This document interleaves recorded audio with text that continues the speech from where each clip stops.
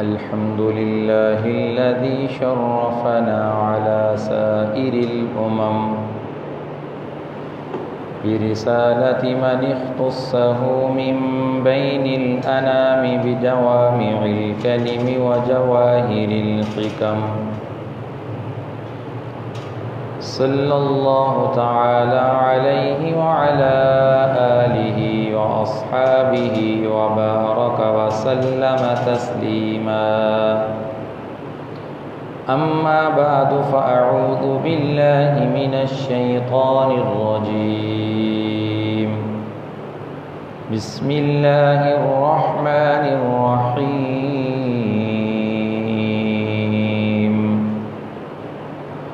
والعصر إن الإنسان لفي خسر إلا الذين آمنوا وعملوا الصالحات وتواصوا بالحق وتواصوا بالصبر قال النبي صلى الله تعالى عليه وسلم الدنيا سجن المؤمن وجنة الكافر أو كما قال عليه الصلاة والسلام صدق الله مولانا العظيم وصدق رسوله النبي الكريم ونحن على ذلك لمن الشاهدين والشاكرين والحمد لله رب العالمين. دوسری پڑھ لیں. اللهم صل على محمد وعلى آل محمد كما صليت على إبراهيم وعلى آل إبراهيم إنك حميد مجيد. اللهم بارك على محمد وعلى آل محمد كما باركت على إبراهيم وعلى آل إبراهيم إنك حميد مجيد.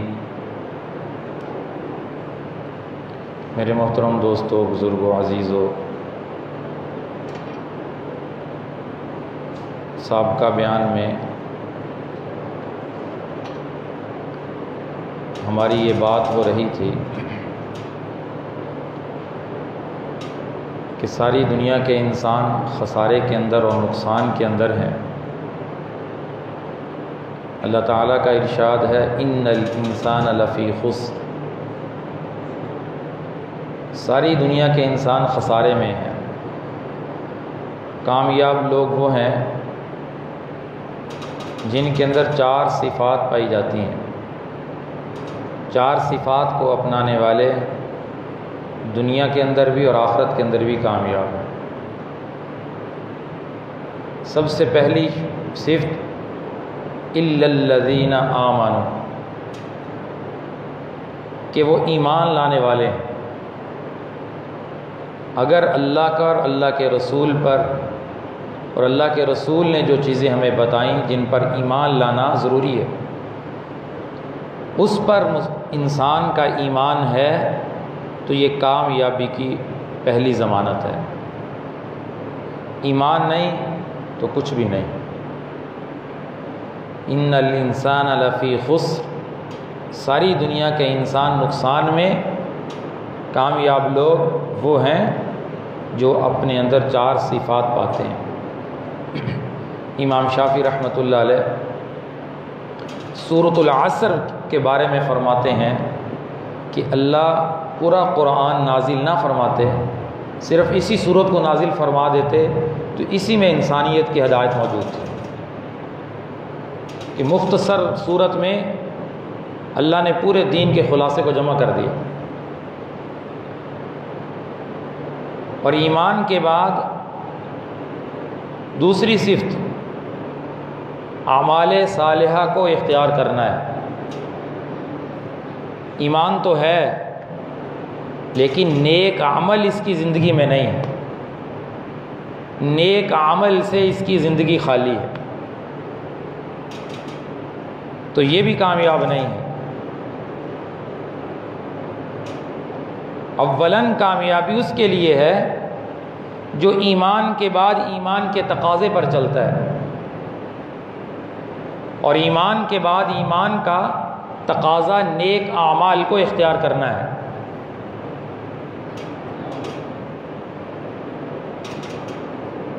اب نیک عمل مسلمان پر لازم ہے، اور اللہ تعالیٰ نے رسول اللہ صلی اللہ علیہ وسلم کے ذریعے ہماری اس بات کی رہنمائی کر دی ہے کہ تمہارا نیک عمل اس وقت اللہ کی بارگاہ میں قبول ہوگا جب تم 3-4 باتوں کا اہتمام اس عمل کے اندر کرو گے، وگرنہ وہ نیک عمل بھی اللہ کی بارگاہ میں قابل قبول نہیں۔ ایک چیز سابقہ بیان میں نے عرض کی تھی کہ نیک عمل کی قبولیت کے لیے ایمان کا ہونا ضروری ہے۔ ایمان کے بغیر نیک عمل اللہ کے ہاں قابل قبول نہیں ہے، چاہے بڑے سے بڑا نیک عمل کر لے، لاکھوں کروڑوں روپے خدمت خلق پر خرچ کر دے، ایمان نہیں ہے وہ چیز زیرو ہے۔ نیک عمل کی قبولیت کے لیے ایمان اس کے لیے بنیادی شرط ہے۔ ایمان کے بعد جس نیک عمل کو مسلمان کرنا چاہتا ہے یا کر رہا ہے، اس عمل میں مسلمان نے اس بات کو دیکھنا ہے کہ میرا یہ نیک عمل رسول اللہ صلی اللہ علیہ وسلم کی تعلیمات کے مطابق ہے یا رسول اللہ صلی اللہ علیہ وسلم کی تعلیمات سے ہٹ کر ہے۔ اگر وہ نیک عمل جس کو یہ نیک سمجھ رہا ہے اور کر رہا ہے رسول اللہ صلی اللہ علیہ وسلم کی تعلیمات کے مطابق ہے تو وہ اللہ کی بارگاہ میں قابل قبول ہے۔ اگر یہ اپنی ہے تو نیک لیکن اسے ادا کرنے کے لیے اپنی ترتیب ہے، اپنا طریقہ کار ہے، تو وہ نیک عمل اللہ کی بارگاہ میں قابل قبول نہیں ہے۔ رسول اللہ صلی اللہ علیہ وسلم کو اللہ نے آئیڈیل بنا کر بھیجا ہے۔ لَقَدْ كَانَ لَكُمْ فِي رَسُولِ اللَّهِ أُسْوَةٌ حَسَنَةٌ، رسول اللہ صلی اللہ علیہ وسلم تمہارے لیے بہترین نمونہ ہے، أُسْوَةٌ حَسَنَةٌ، بہترین آئیڈیل ہے۔ تم ہر عمل میں اپنے نبی کے طریقے کو دیکھو، وہ اس عمل کو کرنے کے لیے تمہیں کیا اس کا طریقہ بتایا ہے۔ اب کسی سے کہیں کہ آپ جو عمل کر رہے ہیں آپ اسے نیک سمجھتے ہیں، عمل بھی نیک ہے، لیکن آپ رسول اللہ صلی اللہ علیہ وسلم کے طریقے سے ہٹے ہوئے ہیں، آپ کی تعلیمات یہ نہیں تھیں، تو لوگ کہتے ہیں کہ مولوی صاحب اس عمل کو جو ہم نے کیا ہے اس میں حرج کیا ہے، اس میں حرج والی بات کیا ہے، ہمیں یہ دکھاؤ آپ علیہ السلام نے کہاں لکھا ہے، کہاں فرمایا کہ یہ کام نہ کرو، منع دکھاؤ کہاں لکھا ہوا ہے۔ ایک عمل آپ علیہ السلام کے زمانے میں نہیں ہو رہا تھا، بعد کے لوگوں نے شروع کر دیا، جو عمل آپ علیہ السلام کے زمانے میں نہیں تھا تو آپ منع کیسے کرتے؟ قرآن نے ایک جامع اصول دے دیا، وَمَا آتَاكُمُ الرَّسُولُ فَخُذُوهُ وَمَا نَهَاكُمْ عَنْهُ فَانْتَهُوا، میرا نبی جو تمہیں دے فَخُذُوهُ سے پکڑ لو، جو عمل تمہیں بتائے اس کو اپنی زندگی میں لے آؤ، جس نیک عمل کا تمہیں طریقہ بتائے تم اس کے مطابق اسے سر انجام دو، وَمَا نَهَاكُمْ عَنْهُ فَانْتَهُوا، جس سے تمہیں روک دیا جائے تم اس سے رک جاؤ۔ تو مسلمان کا نیک عمل اللہ کی بارگاہ میں قابل قبول تب بنتا ہے جب رسول اللہ صلی اللہ علیہ وسلم کی تعلیمات کے مطابق ہوتا ہے۔ ہماری آذان کہاں پہ ختم ہوتی ہے؟ لا الہ الا اللہ۔ آذان دینا نیک عمل ہے، خوبصورت عمل ہے۔ مؤذنین کا حشر قیامت والے دن سیدنا بلال رضی اللہ تعالیٰ کے ساتھ ہوگا، آپ کے جھنڈے تلے مسجد کا مؤذن ہوگا۔ این المؤذنون، مؤذن کہاں ہے؟ اعلان ہوگا، مسجد کے مؤذنین کھڑے ہیں۔ کتنا خوبصورت عمل ہے کہ لوگوں کو اللہ کے حکم کی طرف بلانا۔ حی علی الصلاۃ حی علی الفلاح۔ ہر مسلمان کو 5 وقت میں یاد دہانی کرائی جاتی ہے کہ شاید یہ بھول چکا ہو، کہیں یہ نہ کہ مجھے نماز پڑھنے کا یاد ہی نہیں رہا، مجھے اطلاع ہی نہیں ملی۔ جبکہ کہہ دیا گیا کہ تو نے نماز پڑھنی ہے، نماز فرض ہو گئی، لیکن اس کے باوجود اس کی یاد دہانی کے لیے، اس کی غفلت کو دور کرنے کے لیے، اس کی سستی کو دور کرنے کے لیے اس کے کانوں تک پیغام پہنچایا جاتا ہے کہ بھائی جو نماز تجھ پر فرض تھی اس کا وقت ہو چکا ہے۔ حی علی الصلاۃ، نماز کی طرف آ جاؤ۔ حی علی الفلاح، کامیابی کی طرف آ جاؤ۔ تو آذان دینا خوبصورت عمل ہے، لیکن وہ آذان لا الہ الا اللہ پہ ختم ہو جاتی ہے۔ کوئی بھی مؤذن یہ نہیں کہتا کہ چلو میں محمد الرسول اللہ پڑھ لوں تاکہ کلمہ مکمل ہو جائے، جبکہ محمد الرسول اللہ پڑھنا کوئی گناہ کی بات نہیں ہے، اچھی بات ہے، خوبصورت بات ہے، محمد الرسول اللہ عظیم الشان کلمہ ہے۔ لیکن کوئی مؤذن اپنی آذان محمد الرسول اللہ پہ ختم نہیں کرتا۔ اگر کوئی کہہ پڑھ دے، سب اس سے پوچھیں گے کہ آج تو نے نئی اذان دے دی، اذان تو لا الہ الا اللہ پہ ختم ہوتی ہے، محمد الرسول اللہ تو نے کیوں پڑھ دیا؟ تو مؤذن صاحب آگے سے کہیں کہ بھائی حرج کیا ہے، میں نے کوئی غلط جملہ بولا ہے، میں نے کلمہ مکمل کر دیا، اس میں حرج والی بات کیا ہے؟ تو حرج والی بات آگے سے اسے جواب ملے گا کہ بھئی حرج والی بات ہے کہ رسول اللہ صلی اللہ علیہ وسلم کی تعلیمات یہ نہیں ہے۔ آپ کی آذان لا الہ الا اللہ پہ ختم ہوتی تھی، صحابہ کی آذان لا الہ الا اللہ پہ ختم ہوتی تھی، مسجد نبوی کے مؤذن سیدنا بلال کی آذان لا الہ الا اللہ پہ ختم ہوتی تھی۔ تو یہ تو حرج ہے کہ آپ نے رسول اللہ صلی اللہ علیہ وسلم کی تعلیمات کے خلاف عمل کیا ہے۔ جملہ ٹھیک ہے، کلمہ ٹھیک ہے، لیکن اس موقع پہ یہ کلمہ ہمیں آپ علیہ السلام نے نہیں سکھایا۔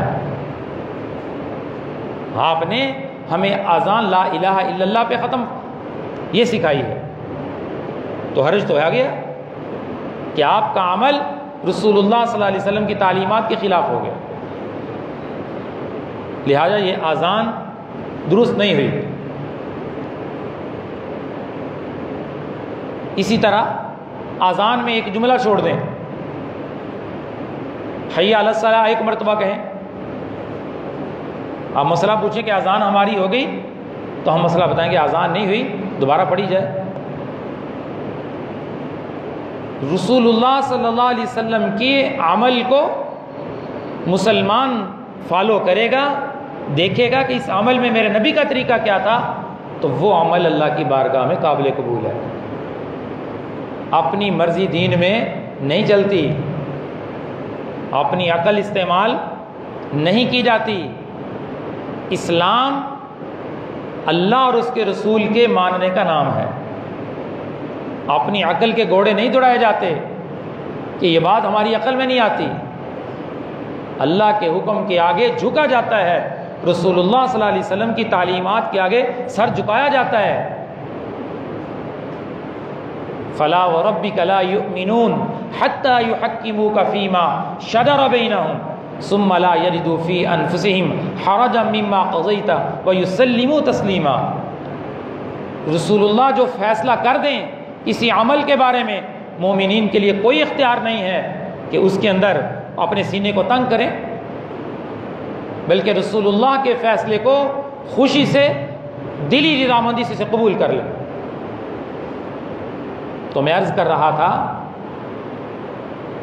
کہ اعمال صالحہ مسلمان پر فرض ہیں، اور وہ عمل اللہ کی بارگاہ میں تب قابل قبول بنتا ہے جب عمل صالح کرنے والے کے پاس ایمان ہوتا ہے، ایمان کے بعد نیک عمل کرتا ہے، ایمان کے بغیر وہ عمل زیرو ہے۔ اور دوسری چیز، وہ عمل اللہ کی بارگاہ میں کامل تب بنتا ہے، قابل قبول تب بنتا ہے جب اس عمل کو رسول اللہ صلی اللہ علیہ وسلم کی تعلیمات کے مطابق کیا جائے۔ ہر مسلمان اپنی زندگی کے اعمال کے بارے میں جائزہ لے۔ بظاہر تو وہ کہتا ہے میں نیک عمل کر رہا ہوں، بڑا اچھا عمل کر رہا ہوں۔ غمی کے موقع پہ دیکھیں، خوشی کے موقع پہ دیکھیں، مسلمان کی زندگی میں کتنی رسومات ایسی ہیں جن کا رسول اللہ صلی اللہ علیہ وسلم کی تعلیمات سے کوئی تعلق نہیں۔ اگر ہم کہتے ہیں کہ بھئی آپ یہ کام کر رہے ہو، یہ تو آپ علیہ الصلوۃ والسلام کی تعلیمات کی کھلی خلاف ورزی ہے،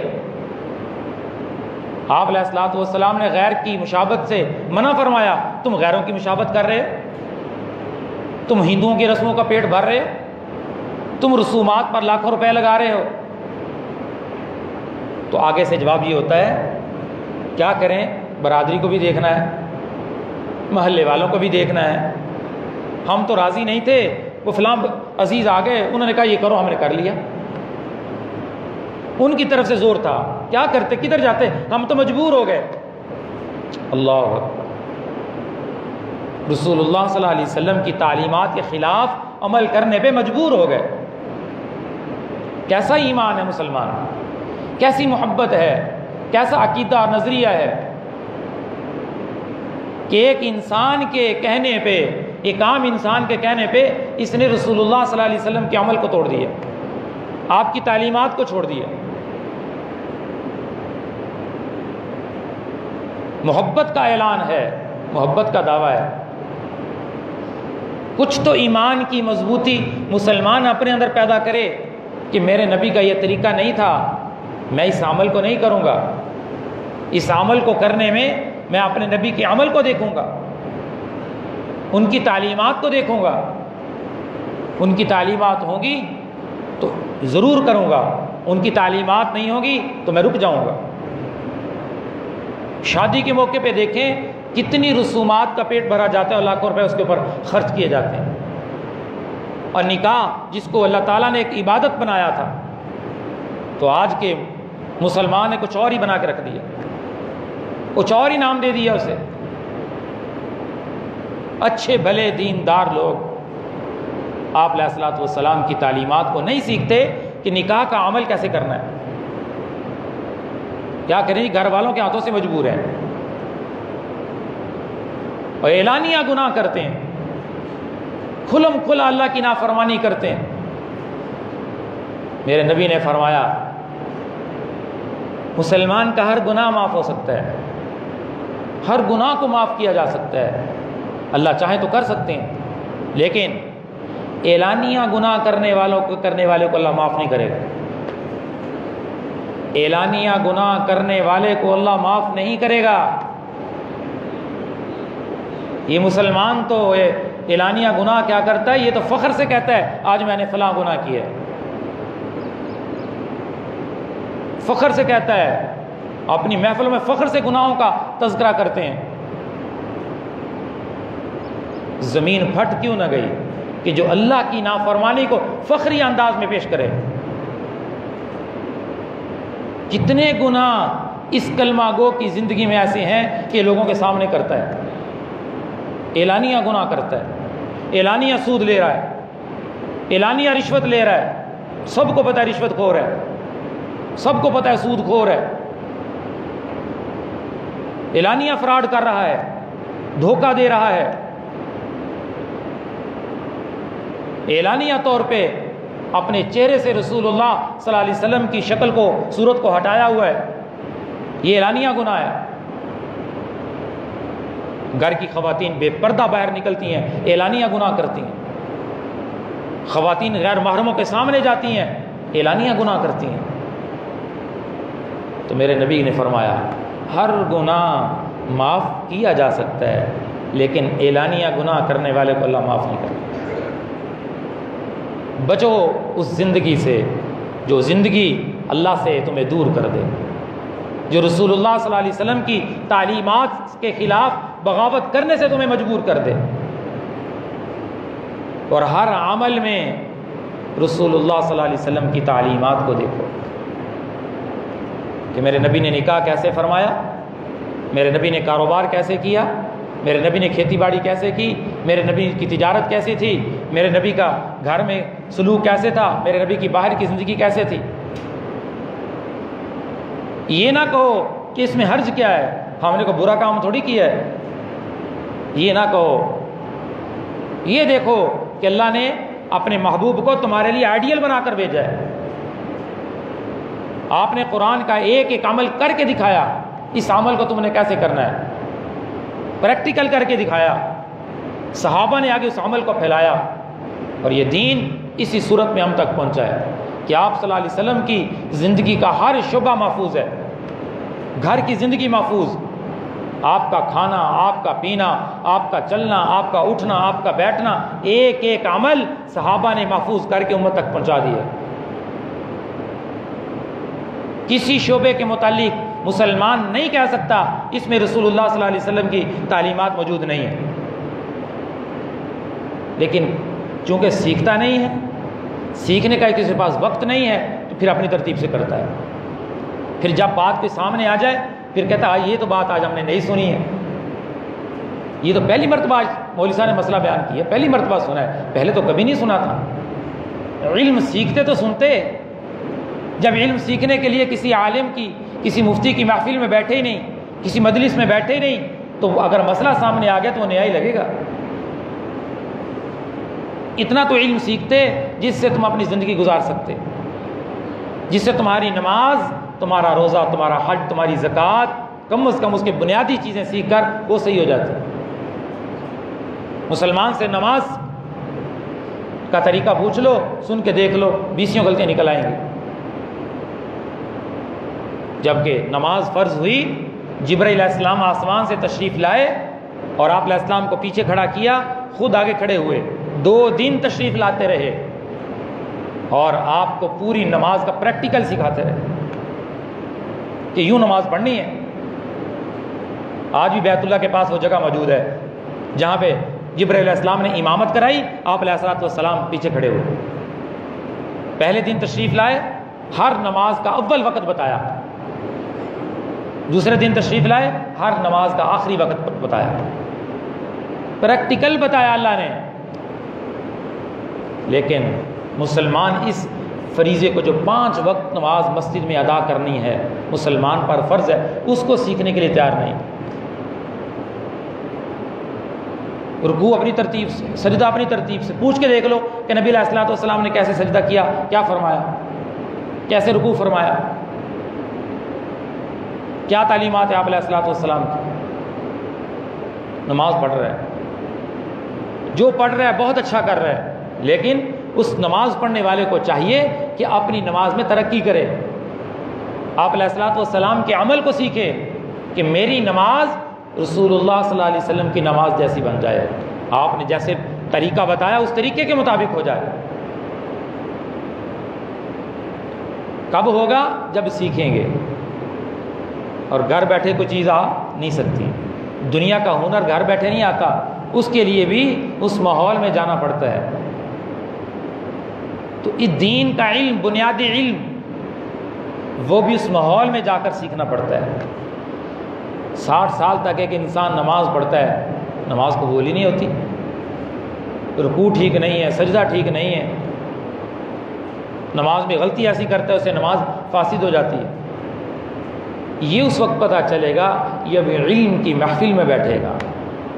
طلب العلم فریضۃ علی کل مسلم۔ اس لیے میں بار بار کہتا ہوں کہ علم کو کچھ نہ کچھ علم سیکھو۔ میں نہیں یہ کہتا کہ عالم بن جاؤ، بنے گا تو بہت بڑا عمل ہے۔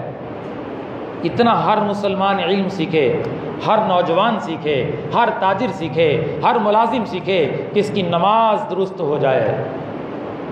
یہ درد میں اس لیے بیان کر رہا ہوں، میں نے 20 نوجوانوں سے سوال کیا ہے، انہیں نماز کا طریقہ نہیں آتا، وہ اپنی ترتیب سے پڑھتے ہیں، اپنے طریقے سے پڑھتے ہیں، جو سنا سنایا کو دیکھ لیا بس۔ اسی لیے ہم نے یہاں پہ ہفتے میں 2 دن، جمعہ اور ہفتہ، مغرب سے عشاء، صرف 2 دن پورے ہفتے میں 1 گھنٹہ مغرب سے عشاء، اسی کی کلاس لگاتے ہیں، علم کی محفل لگاتے ہیں، علم کی مجلس لگاتے ہیں، جس میں ہم وضو سکھاتے ہیں کہ میرے نبی کا وضو کیسے تھا، میرے نبی کا غسل کیسے تھا، میرے نبی کا تیمم کیسے تھا، میرے نبی کی نماز کیسے تھی۔ وہ چیزیں نوجوانوں کو سکھائی جاتی ہیں۔ قسمت والے نوجوان آتے ہیں جو سیکھتے ہیں اور اظہار کرتے ہیں کہ یہ ایسی باتیں زندگی گزر گئی، آج ہمیں پتہ چل رہی ہیں، ہمیں نہیں پتا تھا کہ غسل کن چیزوں سے فرض ہو جاتا ہے، اور غسل فرض کیسے ہوتا ہے، کتنی چیزیں ہیں۔ جب سامنے آئی تو علم میں اضافہ ہو گیا۔ علم ایک روشنی ہے، جب روشنی میں سفر انسان کرتا ہے تو منزل تک پہنچ جاتا ہے، جب جہالت کے اندھیرے میں سفر کرتا ہے تو کھائیوں میں گرتا ہے، گمراہیوں میں گرتا ہے۔ کتنے نوجوان انہیں یہ نہیں پتا کہ غسل فرض کیسے ہوتا ہے، اور غسل کرنے کا سنت طریقہ کیا ہے۔ جب کا غسل کرنے کا اسلامی طریقہ نہیں پتا ہوگا، پاک کیسے ہوں گے؟ تو اس چیز کو سمجھو، ہمت کرو، کوشش کرو، کم از کم دین سیکھنے کا درد تو پیدا کر لو۔ جب درد پیدا ہوگا، عزم ہوگا، تو انشاءاللہ اللہ اس عمل پہ کھڑا بھی کر دے گا۔ تو ہماری گفتگو یہاں سے شروع ہوئی تھی کہ نیک عمل کامیابی کے لیے ضروری ہے۔ والعصر، زمانے کی قسم، ان الانسان لفی خسر، ساری دنیا کے انسان خسارے اور نقصان میں۔ کامیاب کون ہے؟ جس میں پہلی چیز موجود ہو، الا الذین آمنوا، ایمان ہو۔ ایمان کے بغیر بہت بڑے نقصان میں۔ جس کی ایمان کے بغیر موت آ گئی، ساری زندگی جہنم اس کا مقدر بن گئی، آخرت کا پورا عذاب اور جہنم اس کا مقدر ہو گیا۔ اور دوسری کامیابی کے لیے دوسری صفت، وَاعْمِلُوا الصَّالِحَاتِ، کہ ایمان کے بعد تم آزاد نہیں کہ کلمہ پڑھ لیا بس اب کامیابی ہے، بس کلمہ پڑھ لیا اب جنت پکی ہے۔ نہیں، ایمان کے بعد ایمان کے تقاضوں پہ عمل کرنا ضروری ہے۔ وہ ایمان کے تقاضے کیا ہیں؟ وَاعْمِلُوا الصَّالِحَاتِ، نیک عمل کو اختیار کرنا ہر مسلمان پر فرض ہے۔ وَاعْمِلُوا الصَّالِحَاتِ، دوسری صفت کامیابی کی۔ اور نیک عمل کے لیے، نیک عمل تو فرض ہو گئے، اب نیک عمل کو کرنا مسلمان نے کرنا کیسے ہے؟ اس کی 3 بنیادی شرطیں ہیں۔ نیک عمل اللہ کی بارگاہ میں تب قابل قبول ہوگا جب 3 بنیادی شرطوں کا عمل کرنے والا اہتمام کرے گا۔ سب سے پہلی بنیادی شرط ایمان تھی کہ ایمان کے بغیر کوئی عمل اللہ کی بارگاہ میں قبول نہیں ہوتا۔ عمل صالح کے لیے ایمان بنیادی شرط ہے۔ اور دوسری شرط کہ جو عمل کر رہا ہے وہ عمل رسول اللہ صلی اللہ علیہ وسلم کی تعلیمات کے مطابق ہو۔ اگر وہ عمل اپنی ترتیب سے ہے، وہ عمل بھی اللہ کی بارگاہ میں قابل قبول نہیں ہے۔ اور تیسری چیز کیا ہے، وہ انشاءاللہ آئندہ جمعے میں بیان کریں گے۔ 3 بنیادی چیزیں مسلمان ہر عمل میں مد نظر رکھے گا، تب وہ عمل اللہ کی بارگاہ میں قابل قبول ہے۔ اللہ تعالی ہمیں ایمان کے تقاضوں پر عمل کرنے کی توفیق عطا فرمائے۔